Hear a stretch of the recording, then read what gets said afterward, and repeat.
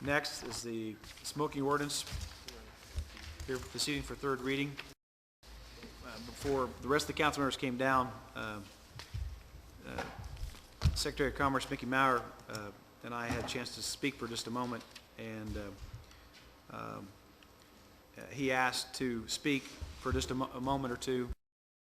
Anytime we have a very well-respected member of the governor's staff who wants to speak to us, I think it's only appropriate that we allow that. Mr. Maurer, if you could just take a moment or two. Thank you very much. Thank you. Yeah, I appreciate it. I very much appreciate the opportunity to say a few words, and I promise I won't take up much of your time. I'm here in my capacity of Secretary of State Secretary of Commerce, because it's a commerce issue as far as I'm concerned. As part of my job, I try to bring companies to Indiana to set up shop and hire Hoosiers. And I deal with a lot of sophisticated site selectors, accountants, and lawyers who make these choices. This is what I'm coming up against. In Indiana, we are the second largest percentage of smokers in the nation, next to Kentucky. And as a result, we have a high incidence in the top 5 of cancer, emphysema, and heart disease. The result of that is our healthcare costs are huge. Just as an example, General Motors spends $715 per employee for healthcare costs more than they spend for the same employee in Ohio. $715 more. It makes my job much more difficult to lure companies to Indiana when they know that our healthcare costs are high, and they're high because of our incidence of smoking. Okay. Now, I know you guys have tried real hard, and I tried to prepare and look at an ordinance that might address this issue, but the ordinance won't fool the sophisticated people I have to deal with. The science is clear. It's been passed on and done and gone over very carefully, and the science of separate smoking rooms doesn't work.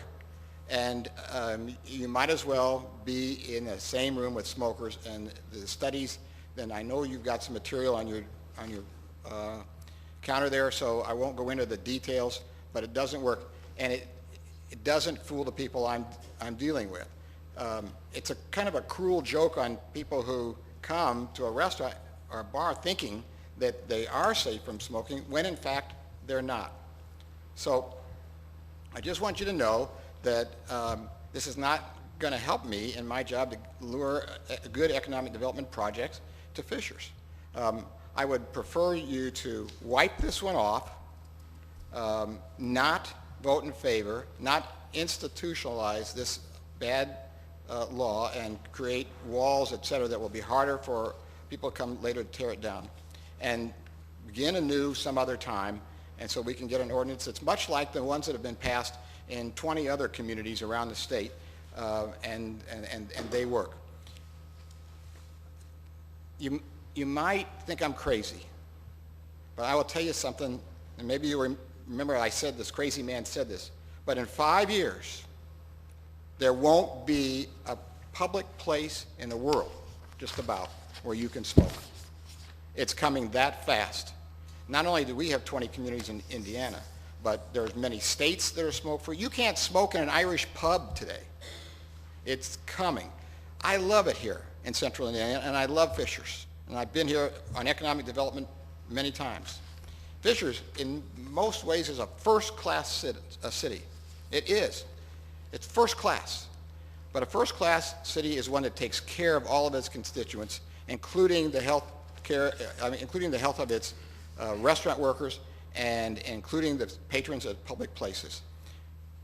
You're going to get there one day. I promise you. Why not be first class all the way and get there now? Thank you very much. I appreciate the time. I really do.